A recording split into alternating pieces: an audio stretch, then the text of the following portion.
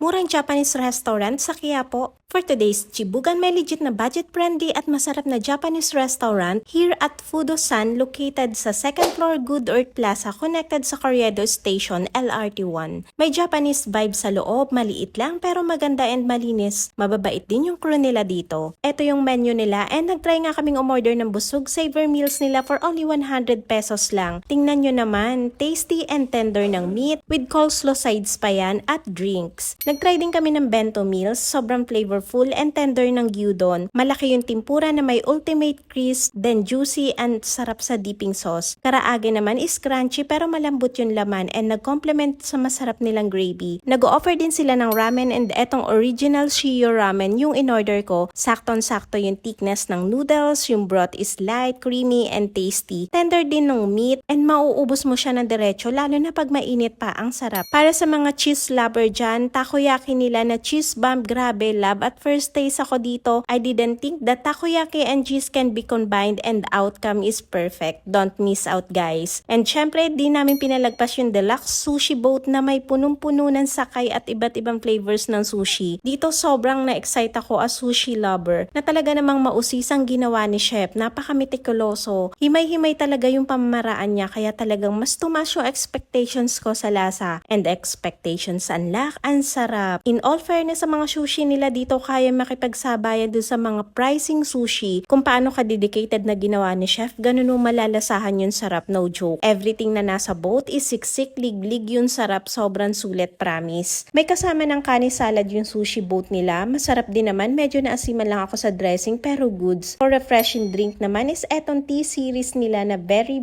cha. May balance of sweetness, berry taste-like, and may popping pearls kaya fun and refreshing inumin. May ganito palang budget-friendly and kasarap na kainan here sa Corriedo. Ayun lang, bye!